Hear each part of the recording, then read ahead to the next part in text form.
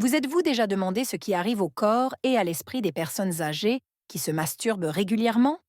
Si vous avez plus de 50 ans, ce sujet peut vous toucher profondément. Dans nos cultures, parler de la sexualité des personnes âgées est encore un tabou, quelque chose qui est souvent caché sous un voile de gêne ou de silence.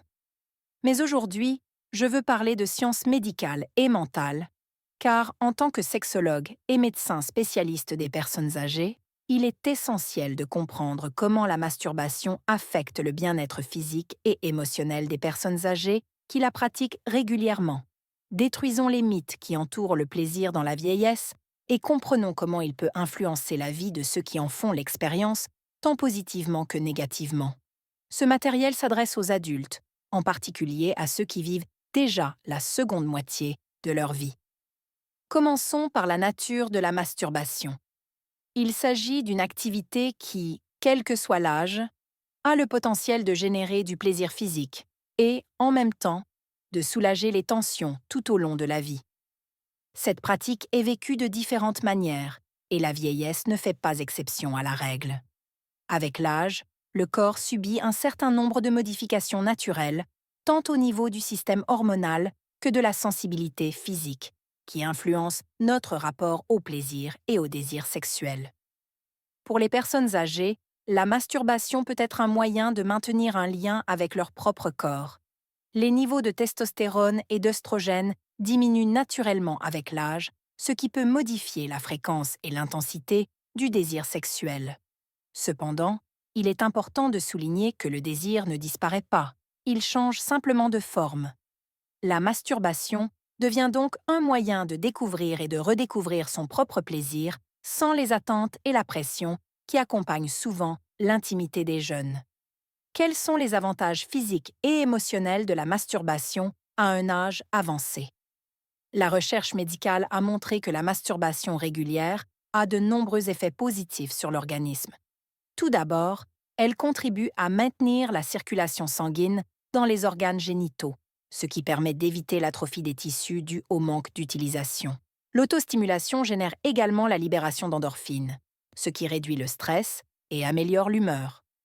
De plus, lorsqu'une personne âgée pratique la masturbation, elle éprouve un soulagement physique qui peut améliorer la qualité du sommeil, ce qui est essentiel pour le bien-être général à ce stade de la vie. Sur le plan psychologique, la masturbation rétablit également la perception du corps. Pour de nombreuses personnes âgées, il s'agit d'un aspect essentiel, car le vieillissement est souvent associé à un sentiment de perte de contrôle sur son corps. La masturbation permet aux individus de retrouver une partie de ce contrôle, en les aidant à se sentir plus proches d'eux-mêmes. Toutefois, lorsque la masturbation devient constante ou excessive à un âge avancé, il convient de tenir compte de certaines mises en garde importantes. La masturbation, comme toute activité agréable, peut devenir une pratique physique compulsive. La surstimulation des nerfs génitaux peut conduire à une hypersensibilité qui, à terme, peut provoquer une gêne ou une diminution temporaire des sensations. Ce phénomène, bien qu'il ne soit pas permanent, peut entraîner une dépendance à l'égard d'une stimulation accrue pour obtenir le même niveau de plaisir et, dans certains cas, provoquer de la frustration ou de l'anxiété. Mais le véritable impact de la masturbation excessive chez les personnes âgées va au-delà des aspects physiques. Dans ma pratique, j'ai constaté que pour de nombreuses personnes âgées, la masturbation devient une échappatoire émotionnelle. Avec l'âge, il est courant d'éprouver des sentiments de solitude ou d'anxiété, en particulier lorsque les relations sociales ou familiales s'affaiblissent. Dans ce cas, la masturbation peut apporter un soulagement temporaire à ces émotions, mais si elle devient la seule source de réconfort, elle peut conduire à un cycle d'isolement encore plus grand. Au lieu de chercher de la compagnie, de l'affection ou un soutien émotionnel, la personne se replie sur elle-même.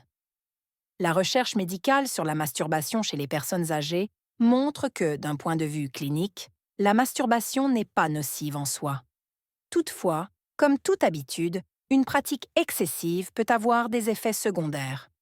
Certaines études indiquent que les personnes âgées qui se masturbent de manière compulsive peuvent ressentir une fatigue physique, ce qui peut influencer leur niveau d'énergie au quotidien. La masturbation excessive peut également entraîner une baisse de motivation pour d'autres activités importantes, telles que l'exercice, qui est nécessaire pour maintenir la mobilité et la santé cardiovasculaire au cours de la vieillesse. Un autre aspect à prendre en compte est la manière dont la masturbation peut affecter les relations interpersonnelles à ce stade de la vie. S'il est vrai que de nombreuses personnes âgées vivent seules et ont recours à la masturbation pour satisfaire leurs besoins sexuels, pour celles qui ont un partenaire, une autostimulation excessive peut interférer avec l'intimité partagée.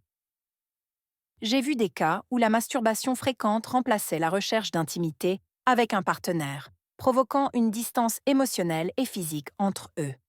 Dans ces cas, il est important de trouver un équilibre afin que la masturbation ne devienne pas un obstacle au contact intime avec une autre personne.